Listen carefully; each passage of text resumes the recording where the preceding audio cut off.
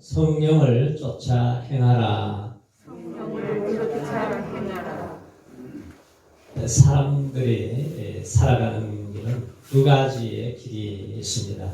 좁은 길로 가는 사람이 있고 넓은 길로 가는 사람, 또 생명의 길로 가는 사람, 멸망의 길로 가는 사람, 축복의 길이 있고 저주의 길이 있어요.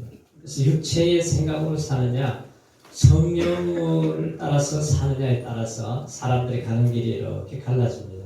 그리고 열매가 완전히 다르게 나타나요. 예레미야 선지자도 두 개의 길이 있다 그랬습니다. 예레미야 17장에 보면은 우리 사람을 믿으며 혈육으로 권력을 삼고 마음이 여호와에게서 떠난 그 사람은 저주를 받을 것이다. 그래. 그런 사망의 떨기나무 같아서 좋은 일에 오는 것을 보지 못한다고 그랬습니다. 강약 간조한 곳, 건강한 땅, 사람이 가지 않는 땅에 가리라. 그러나 여호와를 의지하고 여호와를 의뢰하는 그 사람은 복을 받을 것이라. 그런 물가에 심기운 나무가 뿌리를 강변에 깊이 뻗치고 있어서 가뭄이 오고 세상에는 환난이 오고 문제가 있어도 끊임없이 열매를 맺을 것이라고 했습니다. 자, 우리 신앙생활도 이 마음의 관리, 우리의 생각이 굉장히 중요합니다. 로마서 8장에 보면은 육신을 쫓아가는 자는 육신의 일을, 영을 쫓아가는 자는 영의 일을 생각하는데 육신을 쫓아가는 자의 종착점이 어디냐면 사망이다 그랬어요. 영을 쫓아가는 사람들에게는 생명이 있고 평안이 있다 그랬습니다. 자, 사람들이 이 두 가지의 가는 길이 나뉘어집니다. 그래서 육신의 생각을 하면서 육체의 소욕을 계속 쫓아가는 사람이 있고 성령의 생각을 하고 성령의 뜻을 따라서 하나님의 뜻을 따라 쫓아가는 사람들이 있어요. 자, 우리가 교회 다닌다고 해서 다 구원받는 건 아니죠. 우리가 교회 다니면서도 하나님의 말씀을 바로 듣고 예수를 영접하고 하나님의 자녀가 되었으면 이제 성령의 은혜를 구하고 성령을 받은 사람들이 성령을 쫓아서 행할 수가 있어요. 우리 성도님들이 성령을 받으셨습니까? 내가 성령을 쫓아서 행하고 사십니까? 진짜 크리스찬이라는 사람들은 성령을 쫓아가는 삶이고 그리고 매일매일 성령님의 지시를 받고 살아가는 사람들이에요. 자, 성도가 육신을 쫓아가게 되면 온전한 크리스찬이 아니죠. 믿음이 없는 사람이에요. 그래서 성도라면 성령의 지시를 따라야 되고 어떻게 해야 할지 성령님께 물어보고 성령님의 인도를 받고 살아가게 되면 그 안에는 반드시 형통함이 있고 축복이 있고 기쁨이 있는 삶을 살게 될 줄로 믿습니다. 성령의 지시 없이 성령에게 물어보지 않고 구속되고 이를 벌리는 사람은 크리스찬의 생활의 태도가 아니라는 거죠. 우리는 너무나 쉽게 무너져서 마음대로 살아갈 때가 참 많습니다. 그래서 믿음이 좋은 성도란 매일매일 사건마다 우리가 성령님의 지시를 따라 살아가는 사람들이에요. 오늘 본문에 보면은 16절에 뭐라고 그랬어요? 16절 말씀을 같이 읽어보세요. 16절 말씀에 자, 시작. 내가 이르노니 너희는 성령을 쫓아 행하라. 그리하면 육체의 욕심을 이루지 아니하라. 자, 뭘 쫓아가라고 해요? 성령을 쫓아가라. 우리가 이 땅을 살아가면서 두 가지 싸움이 있어요. 육체의 소욕을 따라가는 싸움과 이제 예수 믿고 구원받은 사람들은 성령의 소욕을 쫓아가는 싸움. 이 두 가지 사이에서 늘 갈등이 있습니다. 그렇게 믿음 좋은 사도 바울도 이 두 가지 싸움에서 아주 굉장한 갈등을 했어요. 자, 한 법은 자꾸 자기를 세상을 끌고 가요. 죄를 짓는 쪽으로 계속 끌고 갑니다. 그런데 또 한 마음의 법은 하나님을 기쁘시게 하기 위해서 하나님께로 점점 가까이 자신을 끌고 가요. 그래서 이 두 가지 싸움에서 오호라 나는 곤고한 사람이로다. 이 사망의 몸에서 누가 나를 건져내라 탄식을 했습니다. 그래서 오늘 두 가지 싸움이 주님 앞에 서는 날까지 계속되는데, 자 17절에 보세요. 두 가지 서로는 어떤 관계에 있는가를 말씀하잖아요. 보세요. 시작. 육체의 소욕은 성령을 거스리고 성령의 소욕은 육체를 거스리나니 이 둘이 서로 대적하므로 너희의 원하는 것을 하지 못하게 하려 함이니라. 자, 나는 어디에 소속된 사람으로 살아가고 있는지 생각을 해보세요. 우리가 세상에 아무리 화려하고 권력이 있고 힘이 있는 것 같고 하지만 육체의 소욕을 따라가는 사람들은 반드시 마지막에 인생을 정리할 때 보면 썩어질 열매밖에 없다는 거예요. 오지 요시다로라는 사람이 있는데 이 사람이 17세에 주인의 돈을 훔쳤어요. 그리고 18세 되던 해에 주인의 아내를 불륜의 관계를 맺은 후 죽인 다음에 불을 질러서 다 태워버렸어요. 집을. 그리고 이제 체포가 되어서 무기징역을 받고 감옥에 있는데 어느 날 갑자기 말이야 천사가 하게 절비치면서 찾아왔어요. 그래서 하는 말씀이 나는 하나님의 일꾼으로 하나님의 말씀을 전하러 왔다. 지금 내가 내게 보여주는 성경을 읽고 말씀대로 행하라. 이게 들려졌는데 그때부터 이 성경을 구해서 이제 성경을 얻었습니다. 그래서 자기 자신의 성경을 읽다가 이 성령의 은혜를 받고 나니까 말이죠. 성경을 쫙 읽고 시간 날 때마다 읽는 거예요. 그리고 옆에 있는 사람까지 같이 읽어주고 또 읽고 그러면서 교도소 안에 완전히 성경을 읽는 바람이 불어버렸어요. 그랬더니 그 자신도 변화되고 그 무시무시한 아주 죄수들이 한 사람 두 사람 변화되는 놀라운 역사가 일어나요. 그래서 모든 죄수들의 이 성경이 공동 소유물 중에서 가장 중요한 물건이 되었어요. 그리고 교도소 안에 많은 사람들이 다 변화되는 이런 놀라운 역사가 일어나니까 이 사형수가 나중에는 이제 특사로 가출옥되는 기쁨을 누리게 되었습니다. 자, 성령의 은혜가 임하면은 살인자 같은 사람도 아주 지독하게 악한 사람도 변화를 시키는 거예요. 그 사람을 무슨 감옥에 집어넣고 때리고 분실을 하고 수십 년 해도 변화되지 않습니다. 근데 하나님의 역사가 일어나면은 단 5초 만이라도 변화를 시키신다는 거예요. 자, 예수 안에서 우리가 이제 새로운 피조물이 되어야죠. 새로운 피조물이 되었으면 성령의 사람이 돼야 되고 우리가 성령의 은혜를 받아야 좋은 열매를 맺습니다. 18세기에 조나단 에드워드 믿음의 사람의 가문과 존 F 케네디 유명한 대통령이 있죠. 그 가문에 대해서 국민일보에 게재한 적이 있어요. 조나단 에드워드는 하나님을 삶의 첫 번째 자리로 둔 아주 경건한 믿음의 사람입니다. 어떻게 하는지 하나님을 위해서 하나님을 기쁘기 위해서 주일만 되면 하나님께 온전히 자신들을 드리는 그러한 삶으로 온 가족이 드렸습니다.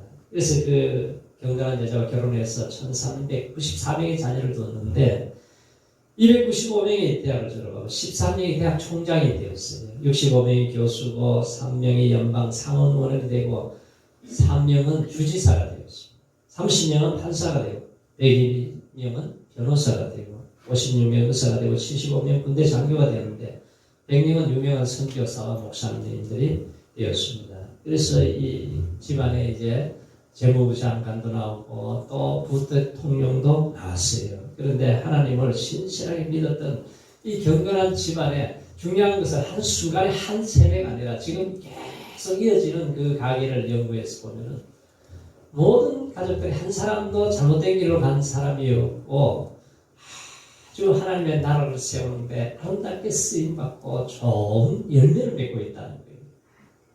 그런데 이 집안보다 더 화려한 가정이 존 F 케네디잖아요. 근데 이 집안을 보면은 자, 케네디가는 아일랜드 출신으로서 케네디 대통령 증조부인 패트릭 케네디가 굶어 죽지 않기 위해서 1848년도 공산당 선언을 하자 미국으로 전부 다 이민을 와버렸습니다. 그래서 하는 일이 뭘 하냐면은 위스키 통을 만드는 그 일을 했어요. 근데 그거 돈을 많이 벌지를 못했습니다. 근데 그 아들이 이제 조지 패트릭 케네디가 가난을 이겨내려고 억척스럽게 일을 했어요. 열심히 노력했습니다. 술집을 차렸어요. 돈을 벌어서. 그래서 그가 금주령이 내렸을 때는 영국에서 밀수입을 해서 술을 엄청난 돈을 벌었어요. 그리고 나중에는 국회의원에 나가서 하원 의원이 되고 당선이 되었습니다. 아들을 열심히 공부시켰습니다. 그 아들이 이제 조지 F 케네디, 또 하버드 대학을 졸업하고 은행장이 되고 증권 거래소의 위원장이 되고 유리회사에 주가 조작을 해서 또 돈을 많이 벌어요. 그리고 영화사업 경마장을 해서 그가 재벌이 된 다음에 영국의 대사가 되었습니다. 거기서 태어난 아들이 누구냐면 존 F 케네디, 미국의 대통령이 되었습니다. 자, 여기까지 보면은 아주 승승장구한 집안이었어요. 사원의원도 나오고 하원의원도 나오고 대통령도 나오고 뭐 법무부 장관도 나오고 아주 뭐 대단한 집안이 되었습니다. 그런데 그때 이후부터 문제예요. 그러니까 우리가 끝을 봐야 돼요. 존 F 케네디 대통령 형은 1944년도에 베를린 공수를 비행기를 타고 조종사로 왔다가 비행기가 떨어져 죽어버렸습니다. 그리고 45세 되던 존 케네디 대통령이 암살을 당해서 그가 45세에 죽었어요. 그 슬픔이 떠나기 전에 그의 동생 로버트 케네디가 민주당 대통령 후보 여비 선거 운동을 하면서 로스앤젤레스에서도 피살이 되어서 43세에 죽어버렸습니다. 케네디 대통령의 누이 동생 캐슬리는 1948년도 프랑스의 비행기 추락사고로 죽었습니다. 다른 여동생 로즈메리는 뇌 수술을 받다가 잘못되어서 평생 장애인이 되어버렸어요. 막내 에드워드 케네디 상원의원, 장남 케네디 2세는 73년도에 암으로 절명을 하게 됩니다. 그리고 케네디 아들 데이비드는 28세에 플로리다에서 약물을 너무 복용하다 가다 복용해서 죽어버렸어요. 그리고 동생 마이클은 콜로라도 스프링스에서 스키를 타다가 그냥 사고 나서 또 죽어버려요. 그래도 그 아들을 존 F 케네디 2세는 부인과 함께 사촌 여동생이 이제 결혼식이 있는데 자기가 구입한 단말기 비행기를 타고 가다가 또 떨어져가지고 죽어버렸습니다. 계속 이렇게 어려움이 와요.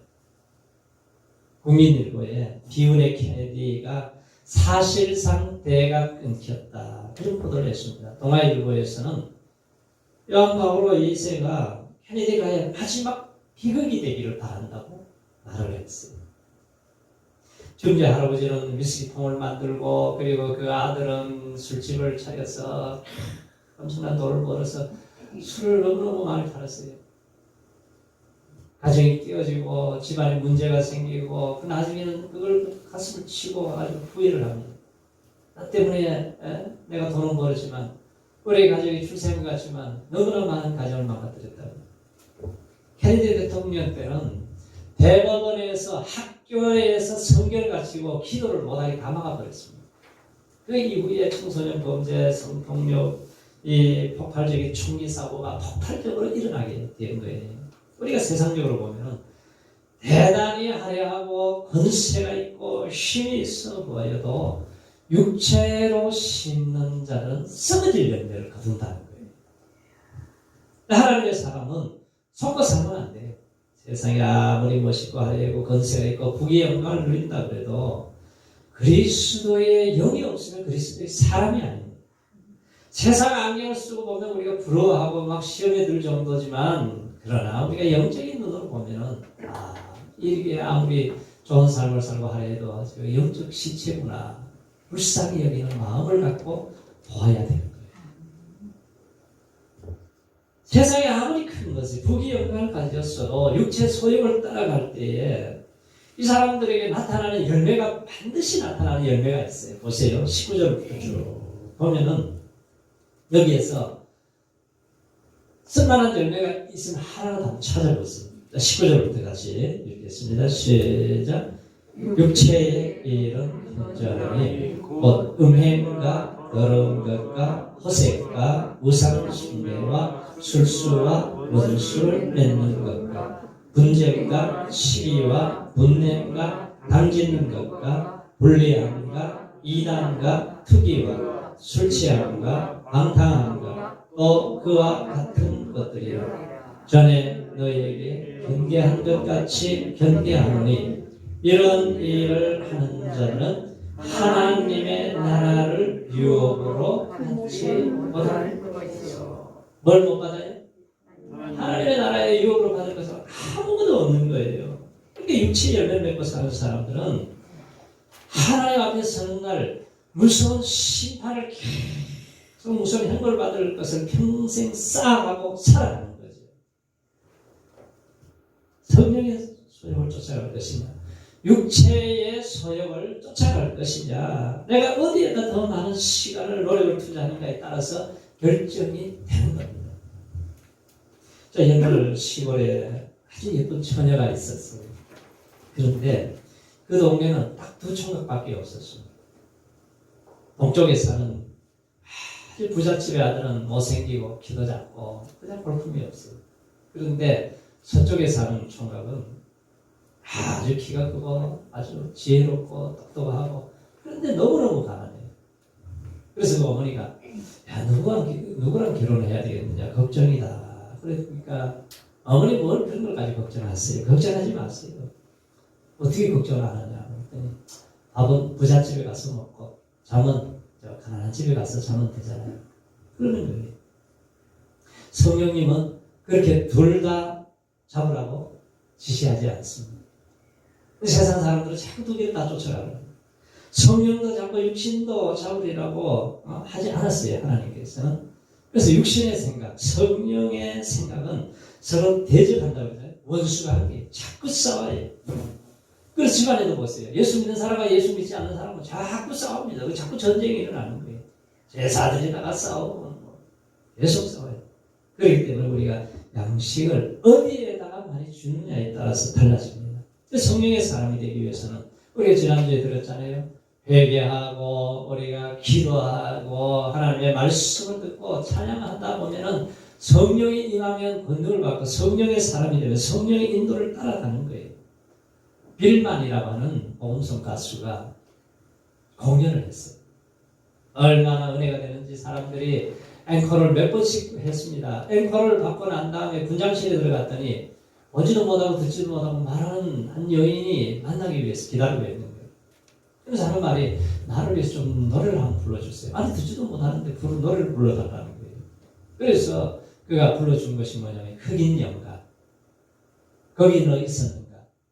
그 십자가에 달릴 때 때로 그 일로 나는 떨려 이 노래를 불러줬어요. 그런데 이 노래를 듣는데 어떻게 듣느냐? 그분의 목에다가 손을 대면서 그 목소리를 듣는 거예요. 그래서 동역하는 사람이 하는 말이 나도 그 자리에 있었습니다. 예수님이 죽으실 때도 나는 거기 있었고 부활하실 때도 나는 거기 있었습니다. 그 하나님의 은혜가 임하게 되니까 원래 이 사람이 이제 자살하려고 그러던 사람인데 목숨 끊는 것을 중지를 하고 예수를 만나고 성령의 인도를 받고 나니까 그의 인생의 삶이 완전히 바뀌어져 버렸어요. 그게 누구냐면 헬렌 켈러. 헬렌 켈러는 삼중고의 고통이 있어요. 볼 수가 없어요. 듣지를 못해요. 말을 못합니다. 그런데 하나님의 은혜가 임하고 성령의 사람이 되고 난 다음에 얼마나 많은 사람들에게 영혼을 깨어나게 되고 강연을 하게 되고 수많은 사람들이 하나님을 만나게 되면서 그의 인생을 뭐라고 얘기해요? 나는 행복하였더라. 내 인생은 정말 행복했습니다. 얼마나 답답했겠어요, 생활은. 그런데 하나님의 인도를 받고 성령님과 함께하는 삶이 그렇게 기쁘고 즐겁고 행복했다는 거예요. 하나님께 성령을 보내신 이유는 내 삶을 인도하세요. 선생님에 대해서 갈 길을 보여주시고 그리고 주님이 말씀하신 것을 생각나게 하시고 가르쳐 주시고 깨닫게 하시고 권능을 주시고 사명을 감당할 수 있는 힘을 주시는 거예요. 진리의 성령이 오시면 너희를 모든 진리 가운데로 인도하시겠다고 그랬습니다. 성령을 쫓아 행하려면 먼저 우리가 성령님과 교제가 있어야 되고 지시를 받아야 됩니다. 성령의 지시를 모르고는 성령님과 동행을 할 수가 없는 거예요. 무엇을 어떻게 해야 할지 성령님이 어떻게 하면 좋겠습니까? 우리가 구해야죠. 다윗이 보세요. 신의 감동한 다윗이 블레셋과 전쟁을 할 때 항상 물어봐요. 하나님, 이거 전쟁을 어떻게 하면 좋겠습니까? 왜 이쪽으로 가라고요? 그러면 어떻게 해야 될까요? 또 이렇게 해요. 복병을 두라고요. 시키는 대로 하면 백전백승이에요. 근데 자기 마음대로 할 때는 금방 무너져버립니다. 우리가 성령님께서 기뻐하시고 좋은 길로 안내해 주시는 성령님의 은혜를 날마다 구하시기를 축원합니다. 아이가 어머니가 이제 교회 갔어요. 교회 갔는데 목사님이 설교를 얼마나 길게 하는지 아이가 몸을 삐삐 들더니 말이죠. 아이가 엄마에게 한 말이 엄마 빨리 돈 내고 가자. 빨리 돈 내고 가자. 그 교회에 와서 돈 내고 가는 대로 알고 있어요. 애기. 그다음에 아줌마도 와가지고 처음에 예배를 드리고 헌금을 덤부했다고 그래요. 오늘 고기 목사님 많이 사드세요. 그러니까 헌금을 하면 그냥 목사님이 다 쓰는 줄 알아봐요. 설교 지망생이 일본으로 가야 될지 아프리카로 가야 될지 인도로 가야 될지 성령님만이 그 지시를 하는 대로 가면 되는 거예요. 안디옥 교회 보세요. 이방에 그곳에 안디옥 교회가 세워졌는데 바울과 바나바가 지금 바나바 바울이 목사님 부목사님이신데 갑자기 성령님이 뭐라 그러시냐면 부목사를 선교사를 보내려고 그러지 않고 담임 목사하고 부목사를 갖다가 선교사로 나가라고 그래요. 그러면 성령님께서 안수하고 파송해서 보내서 1차, 2차, 3차 전도여행을 통해서 세상이 유럽이 변화되는 큰 역사가 이루어지지 않습니까? 그러니까 성령님이 가라 그러면 가고 멈추라고 멈추는 거예요. 바울이. 그럴 때에 하나님이 바울을 들어 쓰실 때에 세상이 변화된 거예요. 영국의 큰 운동을 일으킨 감리교 잔 웨슬리 목사님이 1703년 영국 성공회의 성직자 아들로 태어났습니다. 그 집안에는 자녀들이 몇이냐면 19명이. 요즘 19명 정도 놓으면 정말 큰 상을 줘야 되잖아요. 대단히 많이 낳았습니다. 그래서 한 19명 낳아야 진짜 작품이 나오는 거예요. 영국 옥스퍼드를 나와서 조지아주에 선교소로 갔어요.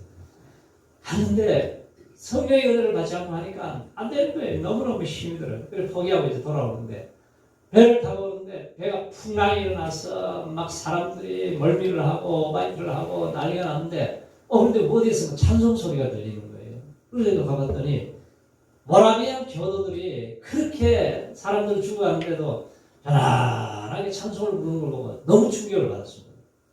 저 사람들은 어떤 신앙을 가졌기에 저렇게 두려움이 없이 찬송을 부르고 있는가. 그래서 고향에 돌아와가지고 그 사람들이 모이는 예배를 찾아갔어요. 올더스게이트라고 하는 곳에 1738년 5월 24일 날 수요 예배를 갔더니 로마서 서문 강의를 하는데 말씀을 듣는 순간에 가슴이 막 불같이 뜨거워지는 거예요. 그래서 그가 고백하기를 내 가슴이 이렇게 뜨거워졌습니다. 나는 이제 자신이 그리스도만을 믿고 내가 이제 구원을 받았다는 확신이 들어왔습니다. 그리고 주님께서 모든 죄를 영원히 제거해 주셨고 죄와 사망의 몸에서 나를 구원해 주셨습니다. 그날부터 이 뜨거운 불길이 떠나지 않는 거예요. 그래서 그가 52년 동안 복음을 전하는데 1년에 12,800km를 말을 타고 다니면서 복음을 전하는데 하루에 3번씩 설교를 했습니다. 불란서에서는 피의 혁명이 나가지고 얼마나 많은 사람들이 죽었어요. 그런데 이 산업혁명이 일어나고 영국에서도 얼마나 지금 문제가 생기기 시작하는데 웨슬레가 가서 말씀을 전하면 죄악이 떠나버리는 거예요. 술집이 문을 닫아버리고 당구장이 문을 닫아버리고 완전히 사람들이 술주전뱅이들이 변화되고 세게 되는 놀라운 역사들이 일어납니다. 그리고 그가 세계는 나의 교구다 이 슬로건을 걸고 감리교를 만들어서 그때의 감리교가 만들어져서 우리나라에도 지금 감리교 있잖아요. 전 세계의 감리교에 부흥을 가져오게 된 거예요. 우리가 성령 충만함을 받으면 놀라운 역사가 있는 거예요. 우리 성도님들이 성령의 충만함을 사모하시기 바랍니다. 우리 예배 드릴 때 말씀을 들을 때 은혜를 사모할 때 성령의 은혜를 충만하게 되면은 반드시 나를 하나님이 쓰시고 좋은 열매를 맺게 하시는 거예요. 그래서 우리 하루를 시작하기 전에 성령 충만함을 구하고 무슨 일을 하기 전에 성령 충만함을 구하고 말을 하기 전에 성령 충만함을 구해야 우리가 상처주는 말을 안 하는 거예요. 우리가 성령 충만함을 구하고 중요한 결정을 할 때 절대로 실패하지 않습니다. 우리가 성령의 지시를 받고 하는 일은 시작은 힘들어도 끝을 좋게 만들어주세요. 끝이 잘 되는 거예요. 오늘 육체 열매, 성령 열매 이 두 가지를 우리가 살펴봤습니다. 그래서 그 다음에는 이제 성령의 9가지 열매가 나오잖아요. 이거 다 외우세요. 22절부터 같이 한번 보세요. 12절부터 시작. 오직 성령의 열매는 사랑과 희락과 화평과 온유와 자비와 양성과 충성과 온유와 절제 같은 법을 금지할 법이 없느니라. 세 가지는 하나님과 관계 속에서 나오는 열매예요. 사랑과 희락, 화평. 그 다음에는 사람과의 관계에서 나타나는 열매. 세 번째는 뭐예요? 자신을 통해서 나타나는 열매. 이 세 가지 열매는 좋은 열매예요. 이 세 가지 열매를 맺으면 얼마나 우리의 삶을 평화롭게 만들고 가정을 변화시키고 세상을 살리고 문제가 있는 곳에 모든 문제가 해결이 되는 것입니다. 그런데 아까 본 육체의 열매는 가면은 분쟁이 나고 싸움이 나고 원수를 맺고 술수 음행과 더러운 것과 호색과 우상 숭배를 하고 썩어질 열매를 맺는 이 두 가지 열매가 다르잖아요. 그래서 내가 성령의 사람이 되느냐 육체의 사람이 되느냐에 따라서 이제 우리의 열매가 살고 나면은 반드시 열매를 맺게 된다는 거죠. 그래서 우리가 교회에 나오는 것으로 족할 것이 아니라 성령 충만함을 구하시기 바랍니다. 어떻게 성령 충만 받는가 지난주에 다 말씀을 드렸잖아요. 성령의 사람이 되어서 우리가 성령의 열매를 통한 삶의 변화가 일어날 때에 세상을 변화시키는 거예요. 나라가 뭐 정치를 잘해가지고 변화가 됩니까? 사람들 욕심만 부리죠. 전영원 목사님은 아들을 죽인 원수를 용서하고 사랑할 때에 사랑의 열매가 그 말씀이 선포되면 지금도 아주 그리스도의 향기가 나타나잖아요. 주기철 목사님은 신사참배를 반대하고 널판지에다가 못을 박아가지고 위에 걸어가라고 해도 신사참배를 포기하지 않고 끝까지 신앙의 지절을 지켰잖아요. 충성의 열매를 맺었어요. 욥은 전무한 시험을 받았을 때 끝까지 인내할 때 마지막에 갑절의 복을 받잖아요. 인내의 열매를 맺은 거예요. 자, 우리가 이러한 열매는 성령을 쫓아 행할 때에 나타나는 거죠. 성령을 쫓아서 행하라. 그래야 육체의 욕심을 이루지 않는다. 그래서 우리 성도님들이 예배를 드리고 말씀을 듣고 성령의 은혜를 구하고 자꾸 드릴 때 좋은 그 성령을 주셔서 우리의 삶을 위기에도 고난도 이길 수 있는 힘을 주시고 좋은 열매를 맺게 하실 성령의 사람들이 되시기를 주님의 이름으로 축원합니다. 할렐루야.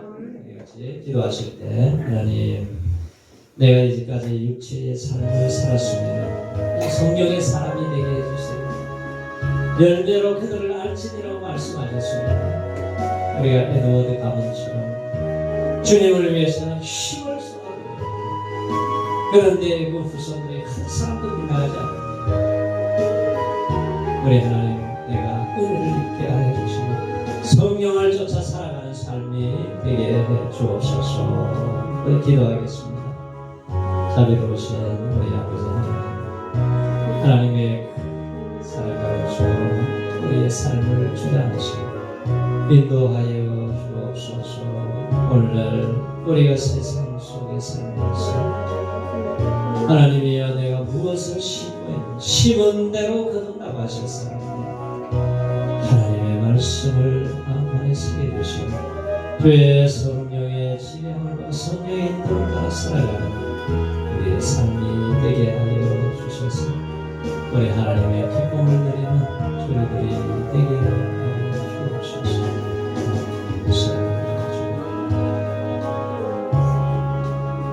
하나님 아버지, 우리에게 두 가지 길을 두셨습니다. 육체의 소욕을 쫓아갈 때 썩어질 열매를 맺지만 성령을 쫓아가며 영생하는 열매를 맺게 하신 하나님 아버지, 우리가 구원받은 백성들이 성령의 은혜를 구하고 성령의 사람이 되어서 하나님께 기쁨을 드리는 좋은 열매 맺는 종들로 축복하여 주옵소서. 예수님 이름으로 기도하옵나이다.